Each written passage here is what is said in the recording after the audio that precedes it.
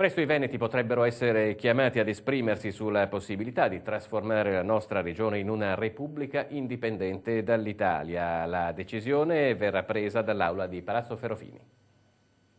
Il referendum consultivo sull'indipendenza del Veneto sarà discusso martedì 30 luglio in una seduta straordinaria del Consiglio regionale. A favore della consultazione la Lega Nord al completo e diversi altri consiglieri. La possibilità di poter chiedere alla gente come e cosa vuole per il proprio futuro è una cosa che spero sia nel DNA di tutti una prova di democrazia. Una questione di buonsenso secondo l'assessore Roberto Ciambetti, mentre il capogruppo leghista Caneri invita a costituire una fondazione per raccogliere fondi per l'operazione in modo da non pesare sulle casse della regione. Vogliamo farlo non a spese della collettività, ma possibilmente a spese di chi ci crede e quindi di tutti quei veneti che possono contribuire. Nel frattempo partiti e associazioni culturali hanno costituito un tavolo per promuovere il referendum, superando le proverbiali divisioni tradizionalmente presenti nel mondo indipendentista. Noi come associazioni culturali spingiamo da anni per la rivalutazione, la promozione e la valorizzazione dell'identità veneta.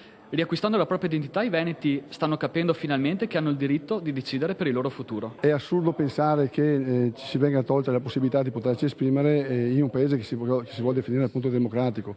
La giurisdizione deve essere conseguente alla volontà del popolo e non certamente il contrario. Al tavolo di lavoro, che i promotori intendono allargare a qualunque soggetto voglia farne parte, sono sedute finora le associazioni culturali Raise Venete, 16° Reggimento Treviso e le organizzazioni politiche Indipendenza Veneta, Veneto Stato e Liga Veneta Repubblica. A questo punto credo che veramente il Consiglio regionale il giorno 30 dovrà prendere atto della volontà di tanti veneti che mai sono stati così uniti attorno a un progetto come in questa occasione ed è forse il principale motivo di soddisfazione di questa nostra iniziativa.